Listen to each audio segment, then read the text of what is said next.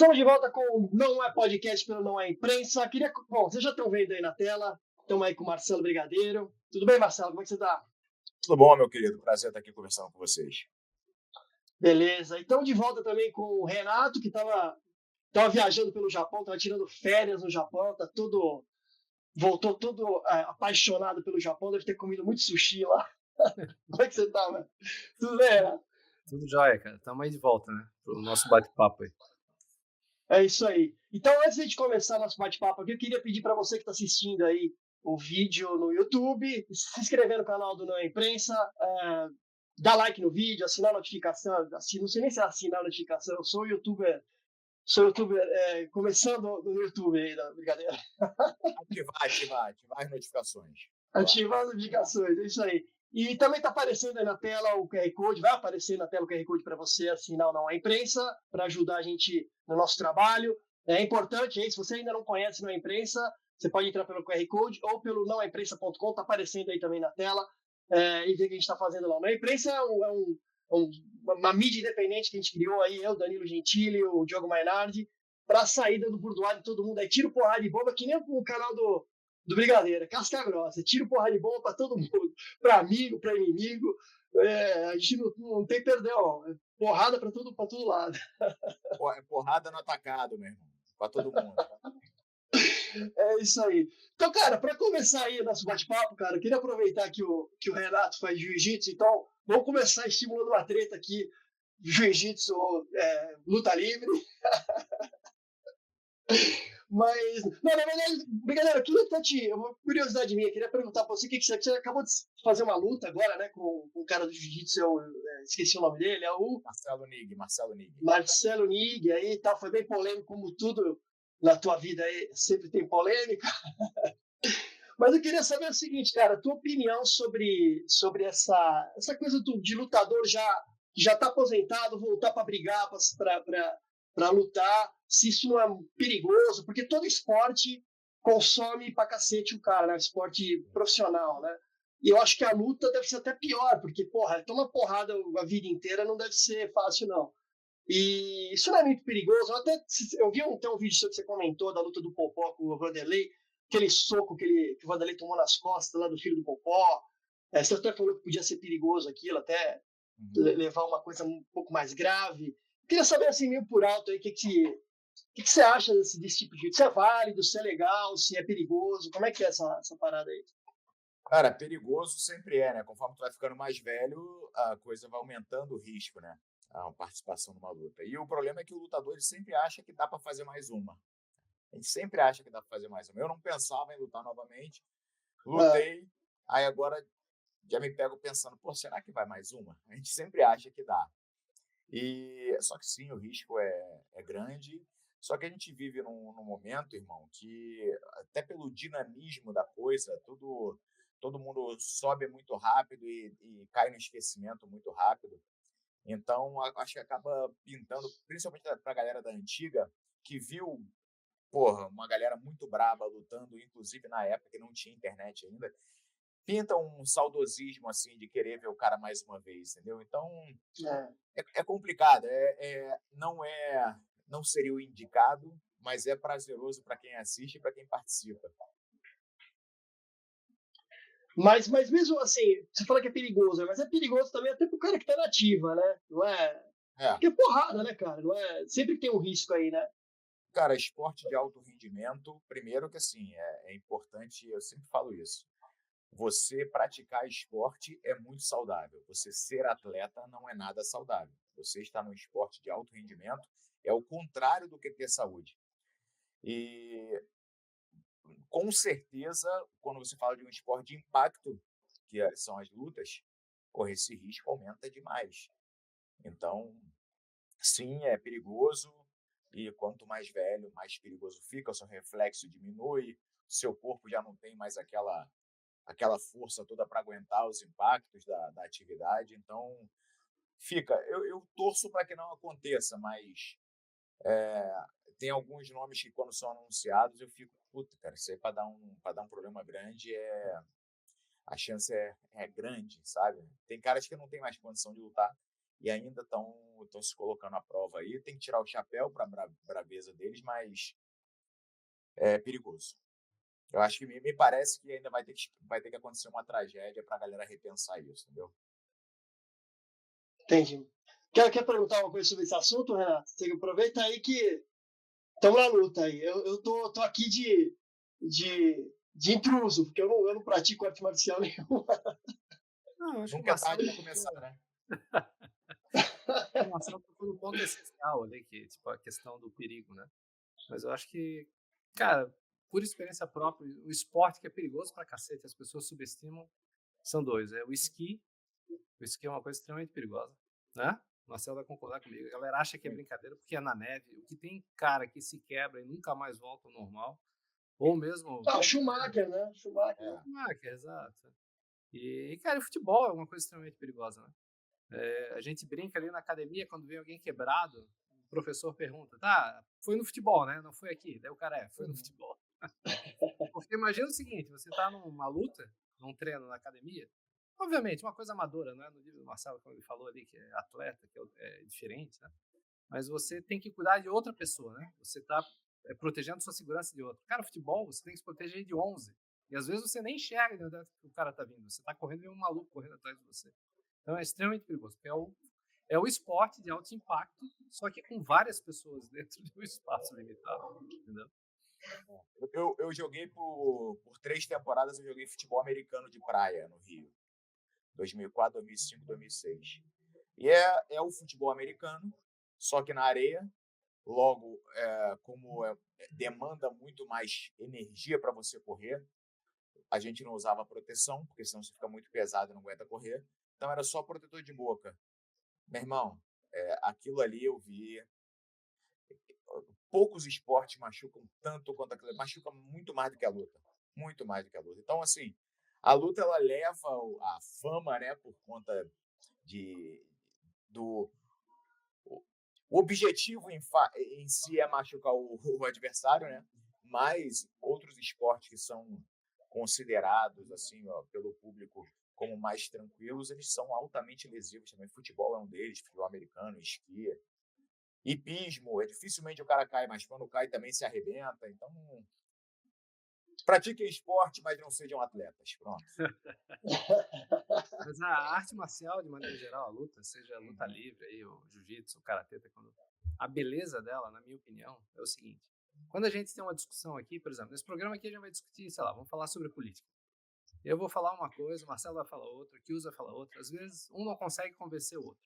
Cada um acha que está certo, tem bons argumentos, mas não existe o vitorioso no mundo abstrato das ideias.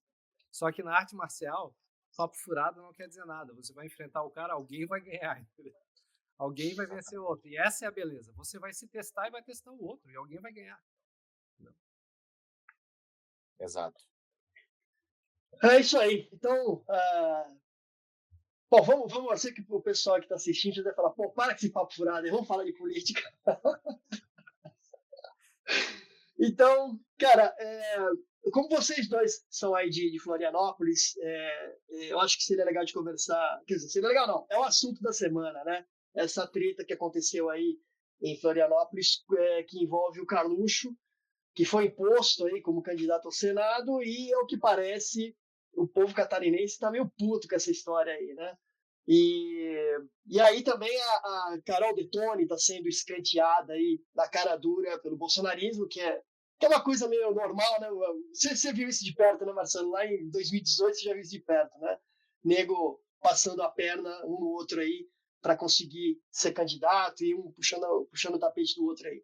Aí eu queria começar perguntando para você, né, Marcelo, assim, você que já teve essa experiência aí com o bolsonarismo lá no 2008, já viu tudo, já entendeu tudo como é que funcionava, né? Como é que essa família opera. Como é que você viu essa situação aí da Carol Detoni e também da Ana Campagnolo, né? Que estão sendo aí escanteadas aí pela essa vinda do Carluxo, a chegada do Carluxo em Santa Catarina. Cara, para mim isso aí é um roteiro de um filme que eu já li e o script, né? É o mesmo script. O ator pega o script, lê para interpretar. Eu estou vendo o mesmo filme acontecer novamente. E eu já tinha certeza que isso ia acontecer, já tinha avisado, inclusive, as duas. A Detone, eu considero ela como uma amiga, uma menina muito bacana que eu gosto, tenho um carinho por ela. E ela eu avisei em um tom. A Campagnolo, eu não tenho amizade nenhuma com ela, inclusive discutimos já diversas vezes, justamente por conta dessa sua postura até este momento de, de estar satisfeita em ser uma serva do bolsonarismo, né?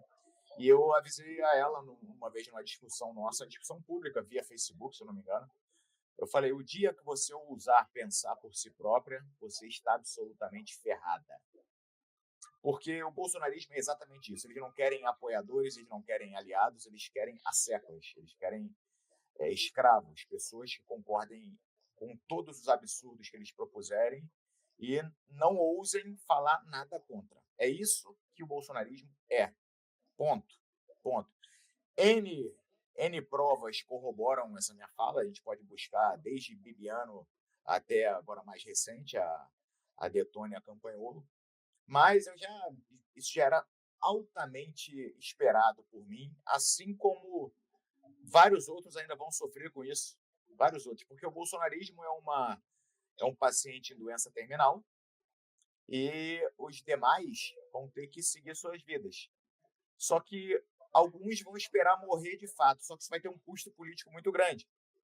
Então é natural que alguns tentem descolar, enquanto o bolsonarismo ainda respira por aparelhos.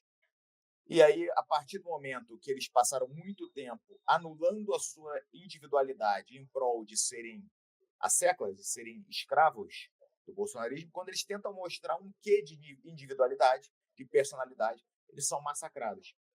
Porque o acordo era muito claro. Veja, eu vou te dar mídia, eu vou te dar o eleitorado, vou dizer que você é o candidato ou a candidata do Bolsonaro, e em troca você vai se acadelar e não vai fazer absolutamente nada que não seja do meu agrado. Foi uma troca que foi boa para ambos os lados durante muito tempo, mas agora já não se prova ser mais tão boa assim para quem se colocou como subordinado. Então, agora eles vão sofrer tudo o que eu passei lá em 2019, eles vão passar agora. Ou seja, foram 6 anos só esperando que isso fosse acontecer. Não tem outro caminho. Esse é o acordo, né? Porque o Dudu Bananinha deixou claro lá nesses últimos tweets dele, que assim, o acordo é esse mesmo, né? A gente te dá mídia, te dá espaço e vocês têm que ser subservientes a todas as nossas vontades, né? Esse tipo de opressão que eles realizam, os seus subordinados, ele tentou fazer comigo lá em 2018, só que tiro só pela culatra, que eu dobrei a aposta, né? Eu dobrei a aposta, bati de frente, e o resultado disso foi a eleição do ex-governador Carlos Moisés, que foi resultado direto dessa briga, dessa queda de braço entre eu e o bolsonarismo. Quer dizer, o bolsonarismo, eu vou tentar usar o português mais correto aqui, porque estou nesse veículo aqui tão importante. Não é imprensa, pode falar do jeito que você quiser aí, manda nada. Então, o resultado desse braço de ferro foi a eleição do Moisés, porque eu peitei. Agora, eu peitei porque eu não tinha qualquer vontade de ser político, nada. Agora, para quem vislumbra uma carreira política, peitar é complicado. É complicado. Então, não vai ser todo mundo que vai ter essa coragem. Então, até porque eles não têm poder, né? Porque uma coisa é que quando você se elege e tal, a eleição é uma coisa, depois o exercício do mandato é você construir a tua estrutura de poder, no sentido de você no sentido bom da coisa, de você poder fazer as coisas. Pô, eu quero ir lá desenvolver um projeto. Cara, você vai ter que ter poder para fazer, vai ter que ter a forma de fazer isso, né? Então, sem poder, você não consegue fazer nada na política. E eles não têm isso, né? O que eles têm é um voto totalmente colado ali com essa personalidade bolsonarista que ele assume, né? Porque, assim, algumas pessoas aí que estão no bolsonarismo vieram lá do mundo Olavete, do Olavo de Carvalho. Eles eram totalmente diferentes do que eles são hoje, né? Hoje essa vassalagem é o Bolsonaro, na época era vassalagem ao Olavo. O Olavo morreu, transferiram essa vassalagem, só que foi muito mais produtivo, muito mais é, é, muito, teve muito mais privilégio ser vassalo do Bolsonaro, porque conseguiu um cargo, foi para Brasília, conseguiu um gabinete e tal, do que conseguia com o Olavo, que era tentar vender curso na internet, o máximo que ele conseguiu fazer. Mas, de qualquer forma, assim, eu acho que aí é uma pergunta que eu faço, você acha que dependendo da situação, do que ocorrer aí, do resultado do que ocorrer em Santa Catarina, eu acho que pode influenciar o bolsonarismo no Brasil inteiro, né? Porque é uma porta que está se abrindo para desobediência, que é uma coisa que sempre foi muito a ferro e fogo ali. Quem, né, qualquer pé que tirasse para fora do bolsonarismo vinha enxurrada as burdoadas que vinha com os botes, com o gabinete do ódio lá do Carluxo e tal. E parece que isso perdeu força, né? Você não acha? Então, eu acho que concordo contigo que acontecer aqui vai pautar o debate envolvendo o bolsonarismo no resto do país, porque das duas uma, vamos lá.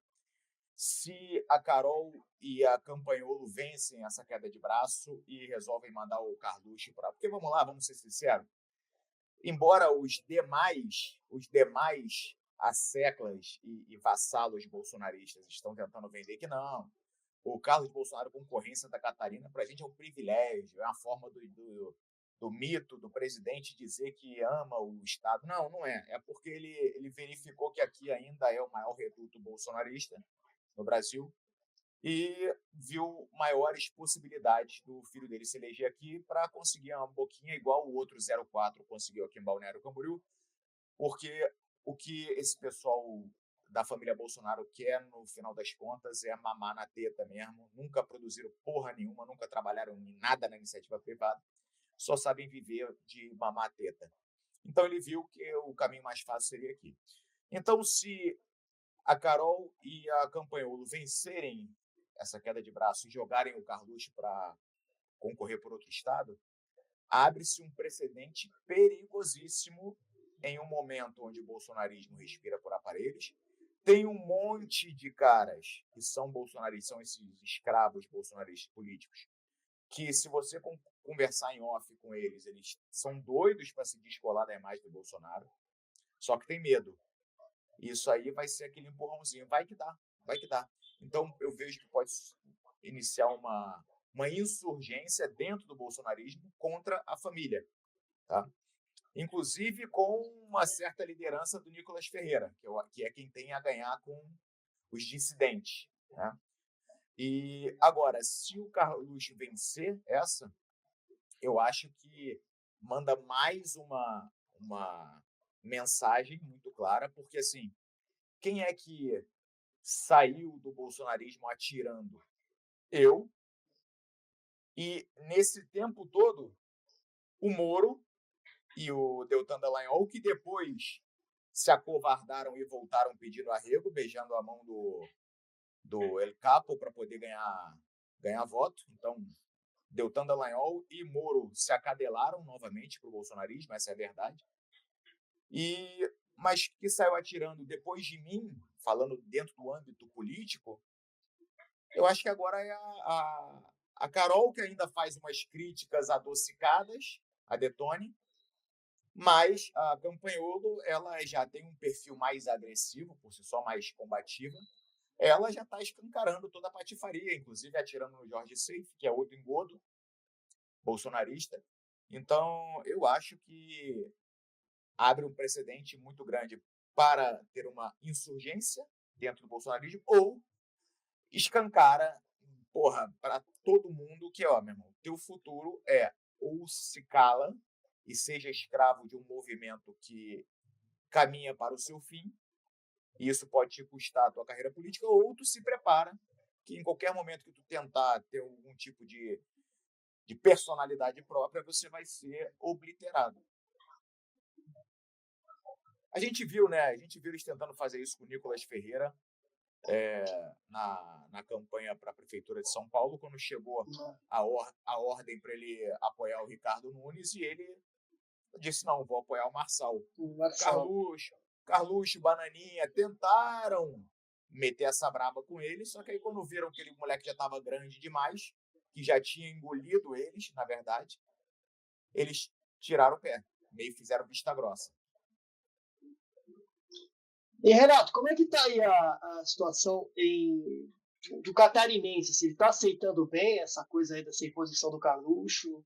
Você tem alguma informação sobre isso ou não? Assim, né? A gente pode falar só da bolha que nós vivemos, né? Tipo, se isso é um reflexo da sociedade de maneira geral, é muito difícil de dizer, né? Existe uma pesquisa que saiu aí, o Marcelo deve ter visto, que a pesquisa, assim, pesquisas políticas em Santa Catarina são muito pouco confiáveis, né? Se de maneira geral já são um pouco confiáveis no Brasil inteiro, aqui no estado mesmo são muito ruins. A gente percebe isso pelo resultado das últimas eleições, de várias últimas eleições, né? Não só da última, realmente. Mas a pesquisa mostra o seguinte: o Carluxo seria eleito, mas ao mesmo tempo ele tem maior rejeição entre todos. O que acontece?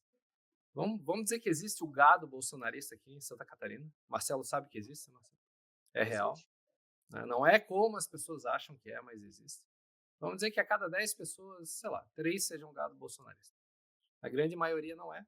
A grande maioria vai votar contra a esquerda, não vai votar a favor do Bolsonaro. Né? Essa é a lógica. Só que é o seguinte, se 3 a cada 10 votarem no Carluxo para o Senado, é 30%, o Carluxo é eleito. Entendeu? Porque você não precisa ter maioria numa eleição para o Senado. Né? Você só precisa ter mais do que o candidato que está atrás de você. Se dividir os votos, então essa é a questão. Agora, assim, pela bolha que eu vivo, cara, as pessoas estão indignadas, entendeu? Inclusive pessoas que eu considerava bolsonaristas, assim, porque a sensação que a gente tem, sabe o que é? É que estão chamando o catarinense de otário. Né? Mas estão mesmo. Então, exatamente. Então, é isso que o cara toma como dor, sabe? Ele diz, não, beleza, eu até votaria alguma coisa do Bolsonaro. O cara pensa isso, mas já que estão querendo empurrar o Carluxo lá do Rio de Janeiro para cá para eu votar, não, eu não sou idiota. Então é uma coisa que mexe com o brilho da pessoa. Entendeu? E, assim, eu queria entender um pouco do bolsonarismo, não sei se o Marcelo podia explicar isso, dessa tara pelo Senado, porque agora eles só querem ser senador, né? Ninguém quer ser deputado, ninguém vai ser vereador lá, o Carluxo não quer mais, todo mundo quer ser senador, porque que tara é essa pelo Senado? Vamos lá, tu tem mais poder de barganha, né? E quando eu falo mais poder de barganha, eu falo inclusive com a Suprema Corte, né? Você tem a facilidade de trabalhar poucos anos e já se aposentar, entendeu?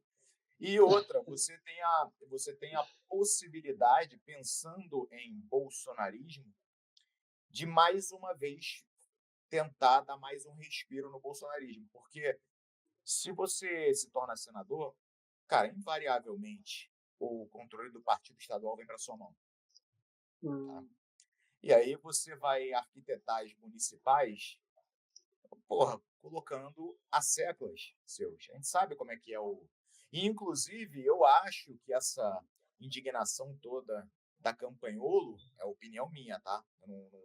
Eu não tenho certeza de nada. Estou apenas expressando a minha opinião.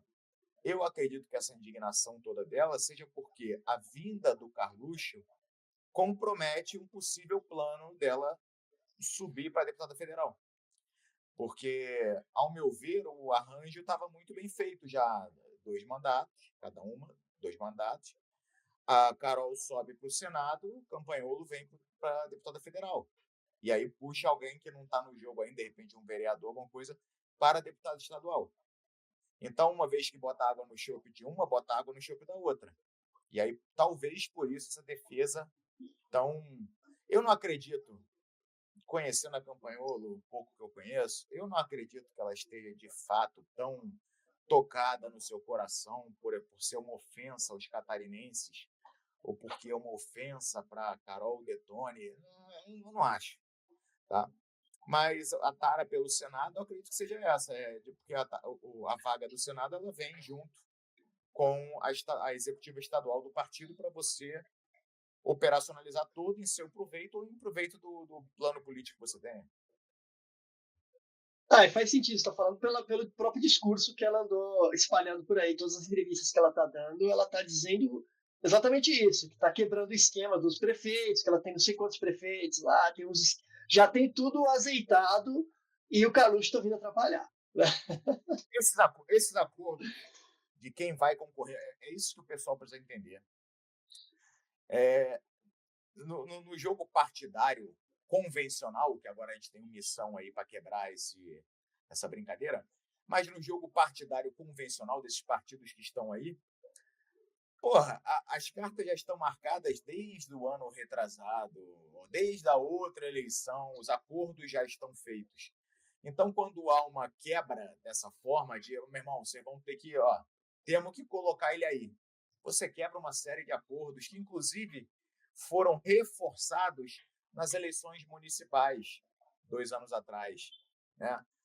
1 ano atrás. Então, é o tipo de coisa que atrapalha todo. Pô, a galera talvez não saiba, mas o cara que é deputado federal, deputado estadual, ele roda o estado já antes das eleições municipais, já firmando a coisa, dizendo, eu libero uma emenda aí de não sei quantos mil, não sei quantos milhões para a tua cidade, mas daqui a 2 anos estamos juntos, né? Ah, beleza. Eu vou liberar aqui para não sei o quê. Eu vou agilizar, vou falar com o ministro, não sei o quê, para ele agilizar lá o fundo para você, mas daqui a 2 anos estamos juntos, né? Ainda faz assim com a mãozinha, né? Esse safado, né? Então, vamos construir. A gente gosta de falar. Meu irmão, sempre que o político falar para você, vamos construir, sai correndo, tá? O próximo passo é ele passar a mão na tua bunda. Então, eles falam, não, porra, daqui a 2 anos a gente vai construir junto, né? Vamos, pô, você quer aquela estrutura é isso aqui, pra galera que não sabe. Então, quando entuba e bota, assim, é o funil, né? Vereador, deputado estadual, prefeito, deputado federal, senado e governo. Pô, quando tu tapa o funil lá em cima, que é o caso de tu meter um governador com um senador goela abaixo, você trava os esquemas todos. Aí neguinho grita, né? A galera grita. Aí a ideologia sai pela janela, o amor sai pela porta. O negócio é o meu primeiro, né? Pira um pouco, meu prato primeiro. Fala aí, Renato, o que você quer falar? Não, isso aí. É uma coisa que eu acho curiosa, na verdade, entre direita e esquerda, é o que a gente está vendo agora. Porque quando você vê o lado da esquerda, o Lula sempre conseguiu fazer isso, né? Se impor sobre todas as lideranças, ele que escolhe, ele que manda. E a beleza da direita, eu acho, é exatamente isso, que todo mundo se pega no pau na hora toda. Entendeu? Não tem essa história de, mandou, eu vou obedecer. Nada disso, meu amigo. É cada um por si, Deus por todos, e vamos ver o que vai sair nessa briga aí da direita, sabe? Agora, assim, eu acho que a grande questão que eu acho que a gente deveria bater na tecla é exatamente isso. Vamos dizer que o Carluxo seja o candidato do PL. O outro vai ser o Amin, beleza. Carol Detone sairia, não sei se vai para o Novo, ou talvez, não sei se existe a chance de ir pro partido do MBL aí, missão, não sei se existe isso ou não. Mas a questão é a seguinte, o Carluxo, candidato. Qual é a chance real dele? O que você acha, Marcelo? Isso que eu queria ouvir você. Eu dei a minha opinião. Falei que talvez exista uma chance. Eu estou vendo muitas pessoas do meu grupo, da minha bolha, quando o Fios me perguntou, dizendo, não tem chance nenhuma, vai levar um pau. Mas eu não sei, cara, não tenho tanta certeza. Cara, uma vez eu falei para um senhor de idade, nas Barcas, eu estudei, minha primeira faculdade foi veterinária na UF, lá em Niterói. Eu atravessava de Barcas e um dia eu tinha um senhor de idade, eu sempre gostei de conversar com o pessoal de idade para absorver a sabedoria. E aí eu não lembro o que ele falou ao certo, eu sei que eu falei assim, não, isso aí é impossível de acontecer. Ele falou, meu filho, jamais subestime a idiotice humana. E é exatamente o que eu vou te falar. Jamais subestime a idiotice humana. A chance do Carluxo se eleger é grande, sem conhecer absolutamente nada de Santa Catarina. O 04, Balneário Camboriú é uma das cidades mais desenvolvidas do estado. Isso não há o que você discutir. Isso é claro.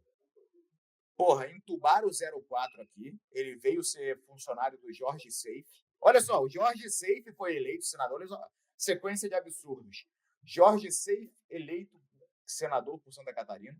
Aí ele traz o 04 para trabalhar para ele, ganhando um salário de 9 mil e pouco do povo brasileiro, para ficar curtindo praia e noitada aqui em Balneário.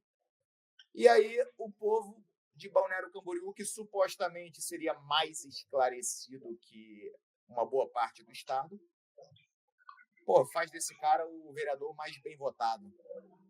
Então, assim, cara, não dá para subestimar a idiotice humana, não. Lembrando que o 04, se tu perguntar para ele quais são os bairros de Balneário Camboriú, ele não faz ideia. Um ovo, a cidade é um ovo. O Carluxo também, se tu perguntar, não faz ideia de nada de Santa Catarina. Mas eu acho bem provável que seja eleito ele e o Amin, sim. Porque isso aí é histórico também, né, Brigadeiro? Esse negócio de não subestimar. Eu por exemplo, na época do segundo mandato do Lula, eu subestimei. Falei, pô, com mensalão não vai dar para ele. E deu. Não só deu, como ele ainda elegeu a Dilma, depois do meio do Petrolão. Então, tudo é possível, né? Não dá para descartar nada. Porque assim, ó, e outra coisa que a gente tem que pensar, agora pensando no jogo partidário em si, tá? O Jorginho já anunciou que o vice dele vai ser do MDB. O MDB, ele tem uma capilaridade dentro do estado de Santa Catarina absurda. Ele, onde não tem prefeito, ele tem o vice. É coisa de maluco, assim. Sempre tem uma bancada relevante de vereadores em cada município. Então, tem muita entrada, muita gente para distribuir santinho, muita gente para fazer campanha, sabe? Ele consegue, e lógico, o Jorginho vai fazer exatamente o que o Bolsonaro mandar, pô. Então, quer dizer, deixa eu corrigir. Vai fazer exatamente o que o Valdemar Costa Neto mandar. Então... Agora quem manda é ele, né? Mas ele deu uma lavada nas mãos aí, né? Porque tentaram jogar. Aliás, que assim, né? Estão tentando jogar a culpa nele, na verdade, né? Porque agora, esse negócio da Detone, que estão fazendo. Tipo, era ele que tinha que decidir, na verdade não é, né? O acordo era um bolsonarista e ele decidiu o resto, né? O outro seria dele. O Jorginho escolheria o dele. O Jorginho é um cara notadamente sem coragem. Ele nunca teve coragem de fazer absolutamente nada. O que ele está fazendo é o seguinte: mandaram ele escolher um time para torcer. Ele está de braço cruzado esperando o clássico acontecer. O time que ganhar, ele passa a torcer para esse time. Entendeu? É isso que ele está fazendo. Ele sabe que a Carol, ao longo desses anos todos, a Carol Detone, construiu, sim, um eleitorado próprio dela. Ela tem força aí em Santa Catarina, né? Ela tem força aí. Principalmente no Oeste, ela tem força. Então, assim, ele sabe que ele tem muito a perder abraçando um lado agora, entendeu? Então, ele, como é um cara que nunca se posicionou de verdade, nunca teve coragem, o Jorginho Melo, deixa eu te contar uma história. Teve uma vez que juntou um monte de políticos sem vergonha aqui em Balneário Camboriú para fazer campanha. Eu peguei um megafone, fui lá e comecei a xingar todo mundo de frente. Ó, esse aqui tá na Operação Lava Jato, esse aqui responde por improbidade administrativa, esse aqui responde por corrupção ativa e passiva. Eu comecei a falar. O Jorginho, esse dia, estava do lado. Ele olhou para mim e falou assim: ó, eu não tenho nada, eu nem tinha falado dele. Ele, ó, não tem nada a ver com nada disso aí não, tá? Eu não tenho nada, tá? Ele ficou comendo uma pipoquinha assim. Ali eu já falei, pô, esse cara é um homem sem brio, né, cara? É um cara que, pô, se fosse eu ia ficar só olhando, só esperando. Se o cara falasse meu nome, eu voava na goela dele, porra. Ele não. Ele já meteu uma frouxidão profilática, entendeu? Já meteu. Então é um cara que não tem posicionamento. Ele tem sempre alguém acima dele que manda nas suas ações. Então ele está esperando. Vou esperar e aí eu vou torcer para o time campeão. Ele fez assim sempre. Tem que lembrar que o Jorginho esteve no... Não sou obrigado a lembrar isso, não queria não, mas ele esteve num palanque com a Dilma aqui anos e anos atrás. Essa foto rodou, ele até entrou. Parece que, não tenho certeza, mas parece até que ele entrou na justiça para impedir que circulasse essa foto. Mas ele esteve num palanque com a Dilma aqui. Aí agora ele é Bolsonaro raiz. Porra, amo o Bolsonaro, não sei o quê. Se amanhã o Bolsonaro for preso, surgiu o Pablo Marçal, ele vai beijar a bochecha do Pablo Marçal.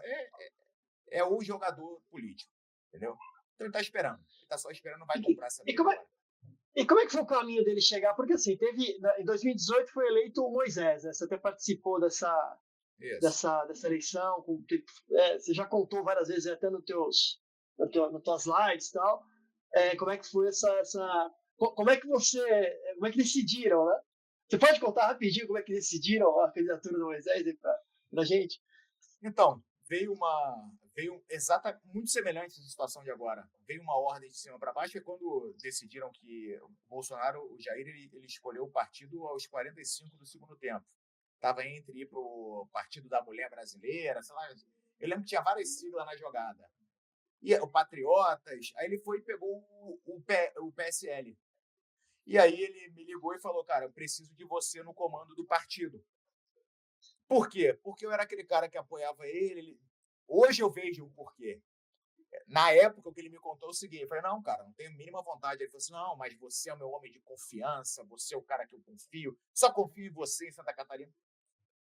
Hoje eu vejo, pô, ele era amigo do Arminha há mó tempão, ele era amigo de outros caras há mó tempão, só que ele olhou para mim, viu um cara que apoiava ele quase que incondicionalmente e falou, pô, esse moleque é cabaço pra caramba em relação à política. Tudo que eu mandava fazer, ele vai fazer, pô. É o bonequinho perfeito. E aí eu entrei na executiva, eu falei que eu não queria a presidência do partido, indiquei o Lucas Esmeraldino para assumir a presidência. Ele deu a presidência para o Lucas Esmeraldino com a condicionante que eu fosse da executiva estadual, para ser o homem de articulação dele. E aí, num determinado momento, chegou uma determinação dele para que nós coligássemos com Gelson Merizio. Eu falei, não vou. E tentaram, uma parte da executiva já sabia, e tentaram me enganar. Tentaram enganar a mim, tentaram enganar a Carolina Detoni, tentaram enganar o Carlos Moisés. Ficaram postergando. E aí um dia eu dei uma prensa, faltando 24 horas para a convenção, eu dei uma prensa no marqueteiro e ele falou, não, já está feito, já foi acertado na Nacional. Eu falei, o quê? Não. E aí botei água no chope. Liguei pro Bananinha, primeiro liguei pro Bibiano. Bibiano falou, brigadeiro, estou completamente decepcionado com o capitão, mas isso aí está acontecendo em vários lugares, não é só aí não. Eu falei, é? Aí liguei pro Bananinha e falei, Eduardo, o negócio é o seguinte, estou te avisando, estou indo agora lá para Florianópolis, para a convenção do partido, estou só te comunicando que a patifaria que vocês tentaram fazer aqui não vai acontecer. Não, brigadeiro, pô, tu sabe que meu pai vai ficar bravo. Eu falei, meu irmão, na boa, foda-se você e o seu pai. Tivessem me avisado antes, eu saía da executiva, deixava essa porra acontecer aí. Agora, comigo na executiva, não vai acontecer. E aí, no dia da convenção, o bicho pegou, tive que ameaçar, inclusive, fisicamente, os meus companheiros de executiva. Desculpa aí, pessoal. O tempo passou, já prescreveu. Eu tive que ameaçar, inclusive, o advogado do partido. Eu falei, se você tentar inserir essa coligação aí no notebook, eu vou voar em cima de você, vou quebrar esse notebook, vou sair dando cadeirada em todo mundo aqui dentro. Aí ninguém botou meio que o galho dentro. Então, pô, aí tentaram argumentar, dizendo, mas nós não temos um candidato para governo do Estado. Eu falei, temos, bota meu nome à disposição aí. Faz constar em ata que eu estou colocando meu nome. E aí o Moisés falou, não, se for esse problema, o meu também está à disposição. E aí fizemos uma votação e o Moisés ganhou. E foi eleito. Então, assim, esse tipo de coisa, cara, já tentaram fazer antes. E agora estão... E aí o Jorginho, à época, veio para o Senado, né? O Bolsonaro pai, o safado mor, ele irritado que eu não cumpri a determinação dele, não fez nada pela campanha do Moisés no segundo turno, nada, não apoiou o Moisés. A gente teve que ir para o Rio pressionar ele com toda a bancada que a gente tinha eleito de deputados estaduais e federais para que ele fizesse um vídeo para o Moisés, que ele não se recusou, porque a gente não obedeceu ele, e pediu voto para o Jorginho e para o Amin. Ambos não eram do partido dele, eram de outros partidos, só para ser a represália a gente. Aí o Jorginho se elegeu senador, e aí depois de 4 anos, então, ele veio para concorrer ao governo do Estado e venceu. E como é que ficou a situação do Moisés? Né? Teve aqueles problemas todos, tal, mas depois ele não veio para a reeleição? Como é que foi a situação? Foi cortado. Não, ele veio para a reeleição, mas foi obliterado pelas duas grandes ondas que tomaram o Brasil na última eleição. Ou tu era Bolsonaro. Ah, tu vai votar em Bolsonaro? Não. Ah, então tu é petista. Não, não sou petista. Ah, tu vai votar no Lula? Não, então tu é bolsonarista.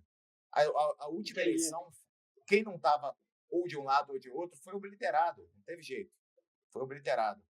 Então, coisa que eu vejo diferente nessa eleição. Essa eleição, acho que tem um espaço muito promissor para quem não se curva nem para uma ala da vagabundagem, nem para outra ala da safadeza. Então, eu acho que está muito mais democrático o jogo nessas eleições que vão vir. Você concorda, Renato? Aí, pensando aí em Santa Catarina. Eu concordo em partes. Eu acho que o Moisés é um caso curioso, né? Tipo, ele tinha a máquina na mão e não conseguiu chegar no segundo turno. Uma coisa que chama muita atenção, né? Pelo menos no segundo turno o cara consegue chegar, né?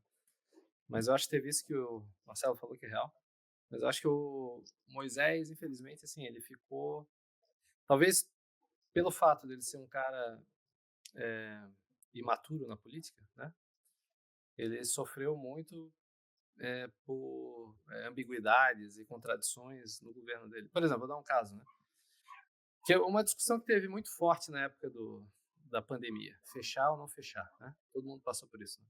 E como ficou aquela coisa que o Dória fechava, e na época o Bolsonaro achava que ia enfrentar o Dória, o Bolsonaro não imaginava que o adversário dele ia ser o Lula, né? Ninguém imaginava que o Lula ia ser da cadeia. Aí o que tudo o Bolsonaro queria se opor, né? Se o Dória falava que ia pegar uma vacina da China, o Bolsonaro falava, tá louco, essa vacina vai transformar o cara no jacaré. Aí se o Dória queria fechar o comércio, o Bolsonaro queria abrir o comércio. Eu não vou entrar na questão se é certo abrir ou não o comércio, não é isso. Mas é que no Estado, Moisés, que tinha sido eleito pelo bolsonarismo, ele começou a fazer os lockdowns, que era algo, teoricamente, contra o bolsonarismo, né, Marcelo? E pelo menos era o que o pessoal entendia aqui, né? Que o lockdown seria uma coisa de esquerda. Então ele caiu nessa contradição. E ele ainda teve o azar de... Na época, ele acabou participando de uma festa no Hotel Fazenda e ele estava proibindo as festas. E daí a mídia jogou isso na imprensa, acabou meio que batendo. E teve também a confusão do caso dos respiradores, que foi um escândalo também na pandemia. Ou seja, a pandemia meio que matou, né? Ele. A pandemia arrebentou o Moisés. Na verdade, o que arrebentou o Moisés, e eu acompanhei muito de perto, porque ele se tornou um amigo meu, o que arrebentou o Moisés foi não ter se curvado ao bolsonarismo. Desde o momento que o Renato falou exatamente isso. Vinha um comando, tanto é que o governo federal esqueceu Santa Catarina durante quase 4 anos. O governo federal cagou para Santa Catarina, onde o governador era do mesmo partido do presidente. Só que cagaram completamente. Por quê? Porque o Moisés resolveu não acatar tudo que Bolsonaro falava, ele resolveu ter identidade própria. E uma vez, a primeira coisa que começou a ferrar o Moisés foi uma entrevista logo que ele foi eleito, que ele disse o seguinte: eu não sou um mini Bolsonaro, não esperem de mim ser um mini Bolsonaro. Foi até para o Estado catarinense, o Diário Catarinense. E isso aí já deixou o povo espinhado. Aí deputados como Gessé, como a Campanholo, iam para a tribuna dizer que Moisés era um traidor do bolsonarismo, que não sei o quê. E aí o Moisés teve o problema da inaptidão em relação ao jogo político. Ele botou ali um monte de milico para cercar ele e não deu o arrego que a galera queria em matéria de cargo, em comissão, nada disso. E aí, meu irmão, ele teve a LESC toda contra ele. Toda contra ele. Tanto que, num segundo momento, ele teve que, meu irmão, trazer o MDB para compor, teve que liberar uma porrada de secretaria, que ele estava arrebentado. Mas o que impediu, sem sombra de dúvidas, a ida dele para o segundo turno foi essa história que inventaram dos respiradores, que não sei o quê, que, embora ele tenha sido inocentado por todos os órgãos investigativos, Ministério Público, Polícia Civil, Polícia Federal, todos, o pessoal sabe como é que é bolsonarista, né? Então, o pessoal espalhou que não, tem rolo respirador. Tanto é que nos debates do primeiro turno, os caras só falavam de respirador. Só falavam isso. Ô Marcelo, mas você não acha que em cima da hora, meio naquele ano ali da eleição, surgiu também um escândalo, né? Vamos dizer assim. Eu acho que está muito longe de ser do nível dos respiradores. Que no final ele foi inocentado, né? Como você me falou. Uhum. Mas eu acho que a questão do avião, você lembra da história do avião ambulância lá? Porque a história é a seguinte, É. ele aparentemente ele andou usando o avião para ir para Mato Grosso, para Bonito, eu acho, né? Mato Grosso do Sul.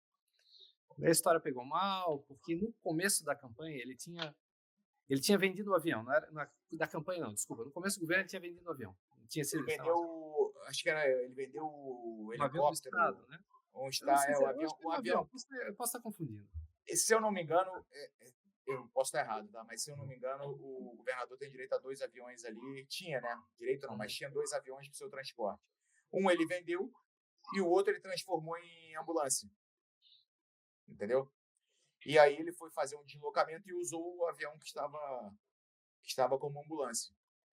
E eu acho Exatamente. até que na época ali deu algum azar que alguém precisou desse avião. Tal.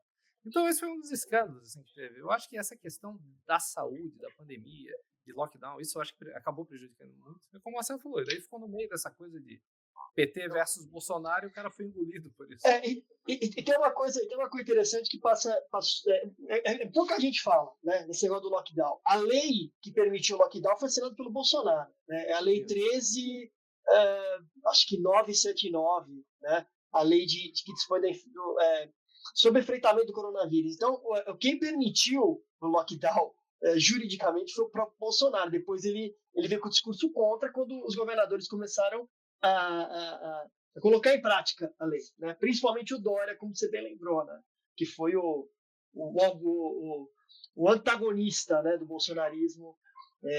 Aliás, assim, era antagonista em termos, né? Porque ele se elegeu jogando o Alckmin no trilho do trem, né? E abraçando o Bolsonaro, né? Bolsodória e tal. Depois ele foi defenestrado quer dizer, a carreira política dele também acabou. Foi obliterado, como o Marcelo disse aí, pelo bolsonarismo. Mas aqui, cara, aqui foi tão interessante que aconteceu essa polarização que eu esperava que iria para o segundo turno. Santa Catarina é um estado majoritariamente de direita. Eu falei, porra, vai para o segundo turno, vai Bolsonaro, vai Jorginho e Moisés para o segundo turno. Eu esperava isso. Não, eles conseguiram reviver um braço petista, eles conseguiram colocar um cara que estava morto politicamente, que era o Décio, para o segundo turno para ser a antítese do Jorginho. Ou seja, caralho, não, a gente precisa votar em alguém que... O Moisés ele ficou aquele jeito. Ele não era bolsonarista e não era petista, então ele não servia para combater o petismo nem o bolsonarismo. Então o pessoal viu quando viu que era o Jorginho estava certo no segundo turno, olhou para o lado e falou, cara, quem é que pode tirar esse cara da cadeira? Ah, é o cara do PT. E aí o Décio conseguiu uma votação expressiva, cara. Muito doido, muito doido. Eles reviveram o petismo aqui em Santa Catarina, e o Renato vai lembrar que 2 anos antes, nas eleições municipais de 2020, o PT estava tão morto aqui em Santa Catarina que os candidatos do PT estavam alterando a sua identidade visual. A estrela estava vindo pequenininha, o vermelho tinha virado lilás, estavam usando outra tonalidade. Eles estavam, tipo assim, botava a cara do... E aqui embaixo, assim, ó, uma estrelinha e um lilazinho, só para dizer que era do PT. Mas tava todo... Ser petista era ser leproso, ninguém queria estar perto. Sim, tanto é que quando algum político queria queimar o papel de outro político, todo mundo procurava alguma foto, alguma imagem que associava o cara ao PT. Era isso. Aí acabava com a cara. Exatamente. E mas agora... isso aconteceu no Brasil inteiro, né? Mas não como Santa Catarina, cara. Santa Catarina. Não, aqui foi pior. Aqui foi terrível. Tanto é que uma das principais coisas que usaram contra o Jorginho foi uma foto dele no palanque com a Dilma. Ele entrou até na justiça para parar de circular essa foto. Ou seja, aqui tinha uma grande aversão. E aí, de repente, agora, os petistas aqui, agora você vê todo mundo, porra, orgulhoso de ser petista de novo. Tá, o bolsonarismo, de maneira geral, trouxe o petismo de novo, né, com força, né? A gente sabe disso. O Bolsonaro trouxe o PT no Brasil inteiro com força. Exatamente. Exatamente. Tem aquela famosa declaração do Bananinha, né? vai ser melhor com o Lula solto. Tá? Sim, porque Exato. assim, se você tem alguém que eles julgam, e aí quando eles vão para a parte de entrega, eles vão muito para a parte moral o tempo todo, né? Porque Bolsonaro foi um governo que entregou muito pouco. Então eles ficam sempre na parte moral. Ah, tá, tinha rachadinha no gabinete do Flávio, mas você viu quanto que tinha no cara do PT? Ah, sim, o Eduardo foi funcionário fantasma, mas você viu que não sei quem tinha funcionário fantasma também? Então, quando você não tem muito o que oferecer, num país totalmente polarizado, igual a gente se encontrava, eu acho que isso melhorou um pouco, basta você encontrar alguém que seja pior do que você para concorrer contigo. Você não precisa ser bom. Só achar alguém que seja pior. Ah, porra, tu fez um monte de cagada. Né? Mas eu não sou comunista. Pronto. Porra, verdade. Imbrochável, pronto. Entendeu? Só que, cara, chega uma hora que não se sustenta mais. O povo. Até aquelas tiazinhas que pegaram chuva, ficaram 2 meses, porra, pedindo socorro pros ETs na frente do quartel, saudando pneu e tudo. Até esse pessoal já não aguenta mais ver essa enxurrada de verdades que mostram que Jair Bolsonaro é um pulha. Então, o primeiro passo é ele se desapaixonar, não quero mais saber de política. Igual eu fiz, não quero mais saber de política. E o segundo passo é falar, cara, não adianta eu não querer mais saber de política, porque o que essa galera está resolvendo vai, influenciar diretamente na minha vida e vida dos meus filhos. Tá, deixa eu voltar a ver o jogo, deixa eu ver se tem alguém que não seja tão imbecil quanto o Bolsonaro. Ah, tem o Lula. Porra, também não quero. Então, tirando esses dois, quem é que eu posso olhar agora? E aí, você devagarinho, você vai botando o pé na água de novo para ver como é que é. Mas é interessante porque, assim, por isso que eu acho que é importante a gente entender o que está acontecendo em Santa Catarina, porque eu realmente acho que vai ser um definidor aí do futuro do próprio bolsonarismo, né? Porque, como a gente já falou aqui, se a Carol Detone e a Campagnolo lá vencerem essa batalha, elas vão... Porque, assim, elas também, a gente tem que dar o crédito, elas fizeram o trabalho delas, né, de grassroots lá. Foi lá, fez o trabalhinho dela, fez os curralzinhos eleitoral, né? Fez o trabalho que tinha que ser feito. Então elas não dependem 100% do bolsonarismo, né? Elas podem pôr a cabeça para fora e ver o que está rolando. O Nicolas é outro também, só que o Nicolas é mais malandro, né? O Nicolas ele só vai mesmo meter a cara para fora quando ele vê que, bom, esse aí é um cadáver político, eu posso enterrar e vou embora para outra parada. Mas eu acho que dependendo do que se desenrolar aí em Santa Catarina, eu acho que pode ser um efeito cascata no Brasil inteiro e muita gente, porque assim, você sabe, Brigadeiro, você deve conversar com. Você tem ainda amigo aí bolsonarista que fala, porra, eu não aguento mais esses caras, eles só fazem merda, né? A última foi essa do Bananinha, que assim, ele conseguiu até alguma coisa lá, né? Conseguiu uma Magnitsky lá pro Xandão e tal, só que isso não teve consequência nenhuma, porque era preciso ter uma articulação política para pressionar lá no Congresso, o Senado, mesmo o governo e até o STF para tentar melhorar a situação ali do próprio Bolsonaro, né? Uma articulação que podia ter feito, podia até se privilegiar, colocar o Bolsonaro numa situação mais privilegiada do que ele está agora, quase com o pé na papuda. Mas isso não se deu até por conta do Bananinha, porque ele não quis negociar, ele quis fazer tudo do jeito dele, e ele fez um monte de cagada.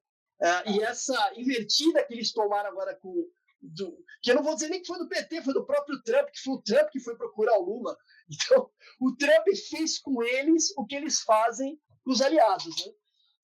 Irmão, vamos lá, é uma família de frouxos, tá? Eu conheci bem, eu sei o que eu estou dizendo, família de frouxos, de covardes, que usam as pessoas e quando precisam demonstrar apoio por aqueles que os apoiaram, eles viram as costas como, meu irmão, sem fazer a menor cerimônia. Eles tiveram uma grande oportunidade, com essa história toda de prisão de Bolsonaro, de mudarem essa visão.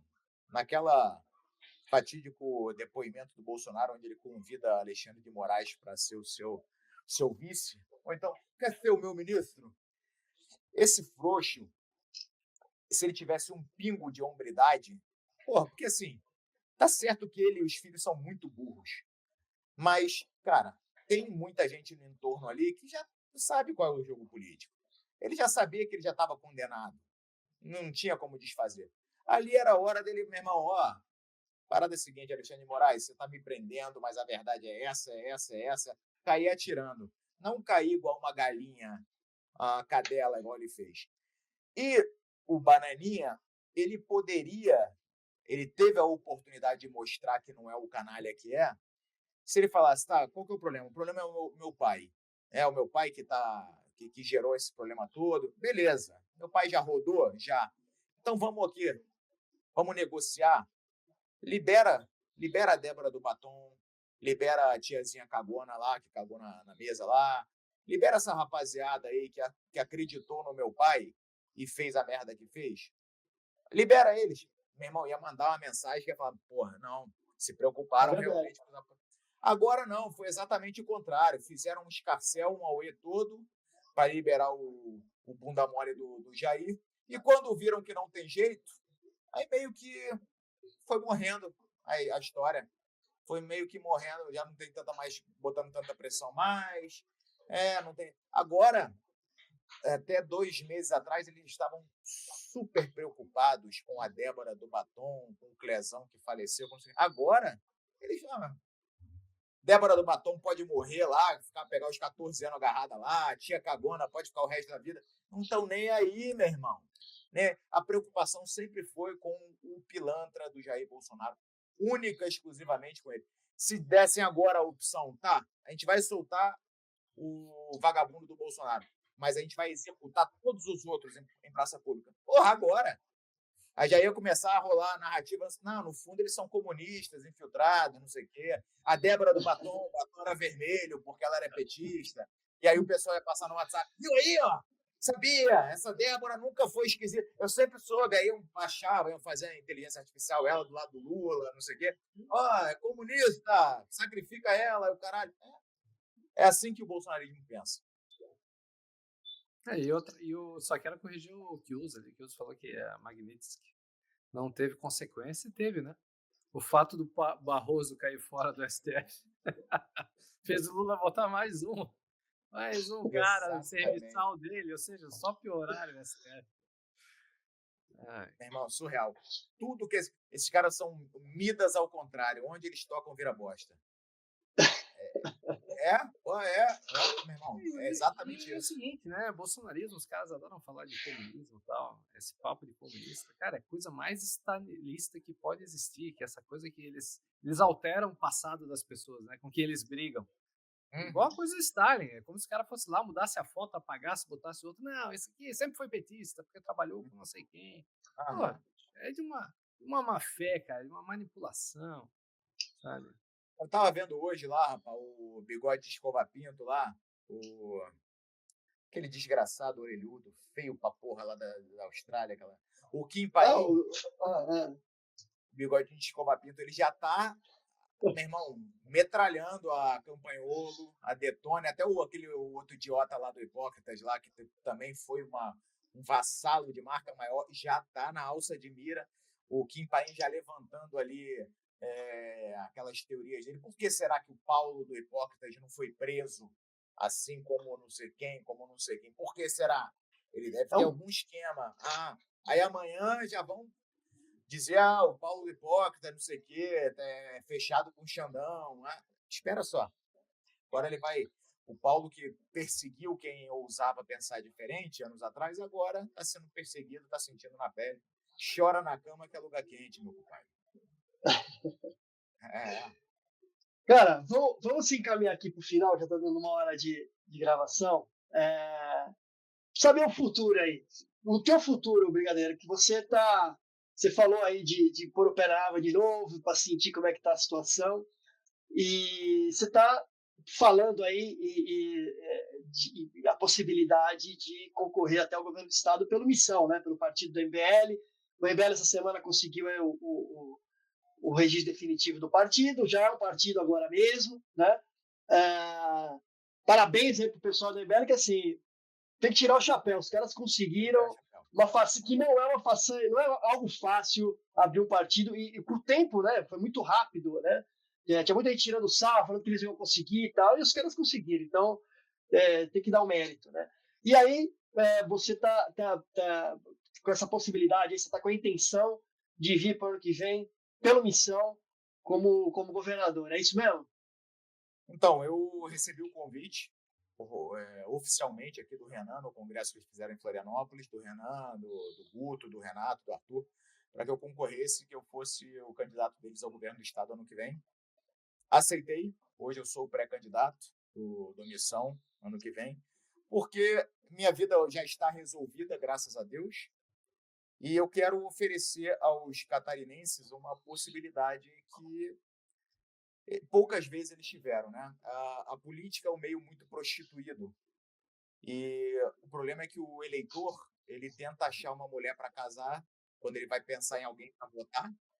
Ele tenta achar uma mulher para casar dentro de uma casa de meretriz, dentro de um prostíbulo, que é mais ou menos o que é a política, é um prostíbulo. O pessoal se vende por dinheiro, por poder, por cargo, por o que quer que seja. Então eu quero oferecer aos catarinenses a oportunidade de não ter que votar em nenhuma das moças da casa de meretrício. Vai ter uma, vai ter uma pessoa decente, se eles quiserem votar. Se não quiserem também, meu irmão, é com eles mesmo, a salvação é individual. Fala aí, Renato. Não sei o que eu vou falar. A pergunta aí. Tô Não escutando, sei, ver se o Marcelo consegue me convencer a votar nele. Cara, o meu trabalho, eu não vou, sem brincadeira, eu não vou me esforçar muito para convencer as pessoas, não. Eu não vou me esforçar muito, não. Eu vou apresentar, vou trazer, eu vou defender o que eu acredito, vou apresentar as propostas, que são as propostas do Livro Amarelo de Santa Catarina, que a gente está fazendo, que é uma adequação do Livro Amarelo do MBL para a realidade catarinense. As propostas não estão muito claras. Pretendo apresentar o meu secretariado antes das eleições, coisa que ninguém faz, porque tem que depois dividir o bolo entre todas as negociatas e acordos espuros que fizeram para serem eleitos. E vou apresentar o que há de melhor para o catarinense. Se quiserem, legal. Se não quiserem, volto a dizer, a minha vida está completamente resolvida. Eu não dependo de política para nada. Se quiserem votar em alguém decente, alguém honesto, estou aí. Se quiserem votar em quem não presta e seguirem passando perrengue, não votem em mim. Não votem em mim. E você já tem alguma ideia assim do que dá para fazer, o que precisa fazer em Santa Catarina? A gente está elaborando. A gente está elaborando ainda, a gente está tendo várias reuniões com experts para trazer propostas realmente que agreguem ao Estado. Agora, a gente tem alguns problemas aqui que são evidentes. Um problema mais recente é essa migração enorme que a gente está tendo de pessoas de outros estados para Santa Catarina. Centenas de milhares de pessoas vindo para cá. E está tudo certo, não tenho problema com a vinda de pessoas. Eu sou de fora. Eu vim para cá em 2007. Eu sou do Rio. Então, não tenho problema algum com pessoas que queiram vir para cá para contribuir, para ajudar, para trabalhar, para fazer Santa Catarina um estado melhor. Agora, já tem gente vindo para viver de Bolsa Família aqui, para ficar aqui encostado de Bolsa Família. E isso aumenta, causa uma pressão social grande e aumenta os custos do funcionalismo público estadual. Então, a gente tem que ver soluções para isso.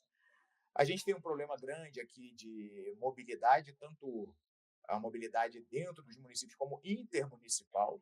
Né? A gente, a BR-101 aqui, cara, o pessoal fala descer para BC, mas se tu não descer para BC 4, 5 dias antes, tu não chega.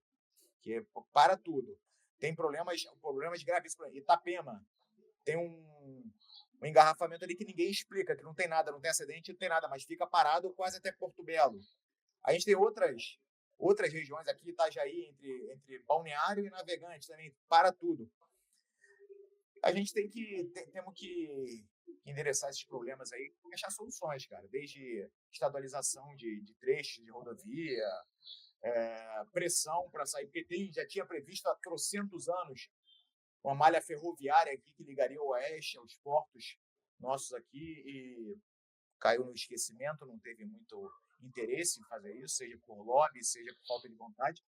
Então, essas coisas têm que ser devidamente endereçadas e tratadas. Problema de saúde pública, que é um problema no Brasil todo, mas a gente poderia ter uma saúde pública de melhor qualidade aqui em Santa Catarina também. Vamos lá, se eu for comparar a realidade de Santa Catarina com a realidade do Rio de Janeiro, pô, pelo amor de Deus, né, cara? É um privilégio tu poder concorrer num estado como esse, certo? Mas não é porque a nossa realidade é melhor do que a dos outros estados que não dá para ser aprimorada e se tornar ainda melhor. A gente tem alguns problemas estruturais que a gente tem que tratar para que Santa Catarina continue sendo ali o melhor estado, na minha opinião, o melhor estado do Brasil.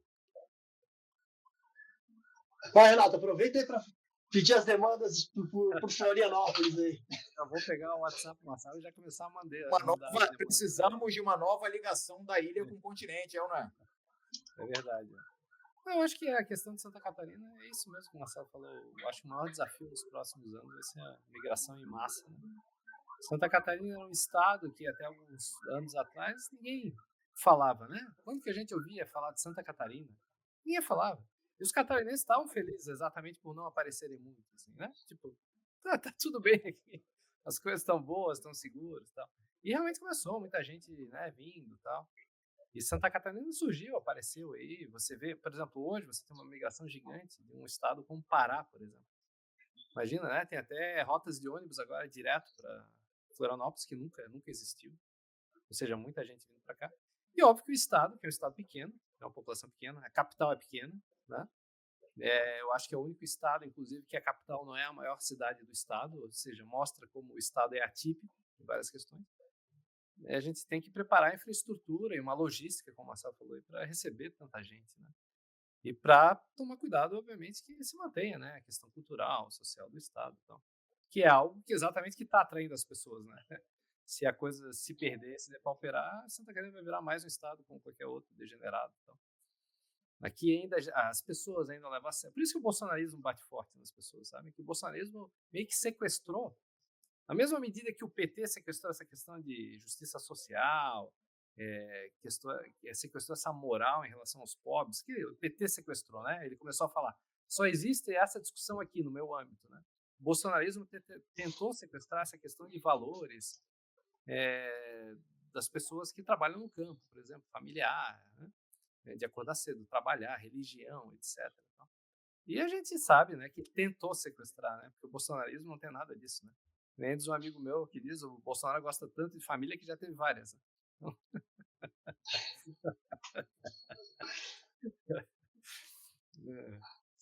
Mas eu acho que assim, um grande trabalho que a gente tem que ter em Santa Catarina, além de sanar algumas coisas que precisam ser sanadas, a gente precisa trabalhar profilaticamente para que Santa Catarina não deixe de ser um estado tão maravilhoso quanto é. A gente vê esse problema de segurança pública, as facções criminosas tomando conta de estados de verdade. O Rio foi tomado, São Paulo, cada notícia que a gente vê, 2.000 postos de gasolina na mão do PCC, não sei o que na mão do PCC. Cara, aqui já tem célula do PCC aqui em Santa Catarina, e tem que ser tratado isso. A gente tem que agir com tanta dureza quanto no Rio de Janeiro para que eles não venham para cá, para que eles saibam, meu irmão, olha só, vamos pensar em outro estado. Eu vou jogar a peteca, meu irmão, pro governo dos outros, eu não quero nem saber. Aqui não, entendeu? Se o cara tiver que migrar aqui, aí, porra, o Missão já tem pré-candidato aqui, tem pré-candidato no Rio Grande do Sul, tem pré-candidato no Paraná, no Rio de Janeiro lá com o Rafa Luz, aí, um abraço, Rafa. Agora, se eu tiver que ferrar o meu colega partidário do Paraná, ou do Rio Grande, eu vou. Meu irmão, Santa Catarina não, que se lasque os outros estados aqui, não. Aqui não pode se criar. Então, aqui a gente tem que trabalhar profilaticamente para que a gente não perca esse status de, o destino dos sonhos de todo brasileiro. A verdade é essa, Santa Catarina é o destino dos sonhos de todo brasileiro. Só não é daqueles que não conhecem ainda. O Kioso não conhece. Não, conheço sim, já fui para Santa Catarina. Vamos parar de fazer propaganda também, senão vai encher de carioca aqui, aí já... O Kioso, conhece a... O Kioso, uma época eu contava uma piada aqui muito boa, não sei se o Marcelo já ouviu essa. Você sabe que você nunca veio para Florianópolis, né, Kioso? Conhece Santa Catarina? Não. Eu conheço Santa Catarina, conheço Blumenau, conheço Florianópolis, não. Tem as dunas da Joaquina aqui, tá, um barato. Então, uma vez estava caminhando um manezinho, para quem não sabe, aqui nasceu em Florianópolis, um gaúcho e um paulista. E eles encontraram uma lâmpada mágica aqui, daquelas das 1001 noites, assim, enterrada, né? na duna. Daí os 3 abriram, esfregaram ali, saiu um gênio. O gênio falou: olha, o negócio é o seguinte, são 3 pedidos. Então, como vocês estão em 3, cada um tem 1. Né? Vão ter que dividir. Beleza. Perguntou qual é o primeiro do paulista lá. Eu não quero mais essa gauchada aqui na ilha. Tira esse gaúcho. Aí o gênio foi pro gaúcho e perguntou: qual que é o teu desejo? Aí o gaúcho falou: não quero mais essa paulistada aqui na ilha. Aí perguntou pro manezinho. Aí o manezinho perguntou assim: antes do meu desejo, eu quero saber o seguinte: o senhor vai realizar o desejo dos 2? Aí o gênio falou: sim. Aí o manezinho falou: então eu quero um cafezinho.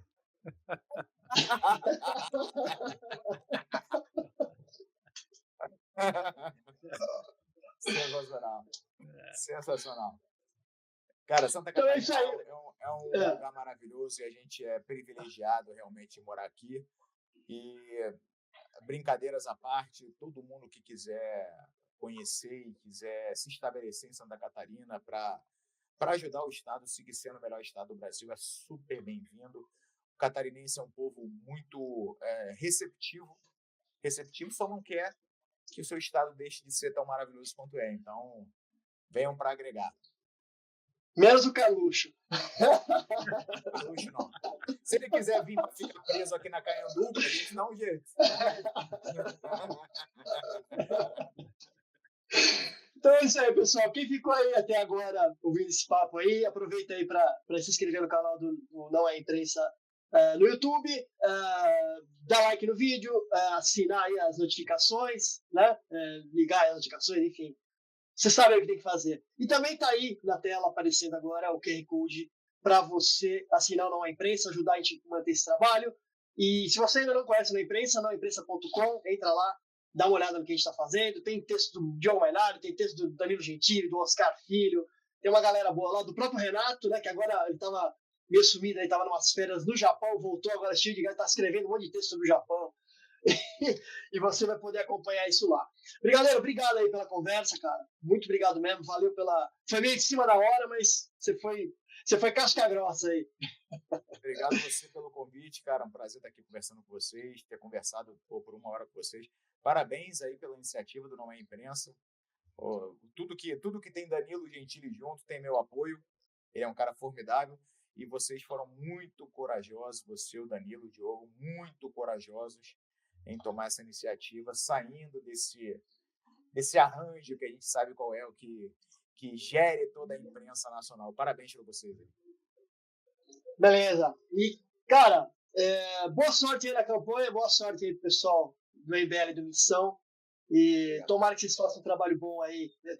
Mas você, principalmente aí em Santa Catarina, que tem a repercussão aí que você vai fazer e bota para quebrar aí, cara. Deixa para mim. Prometo caos. É isso aí. Obrigado, Renato. Abração. Até semana que vem a gente volta de novo aí.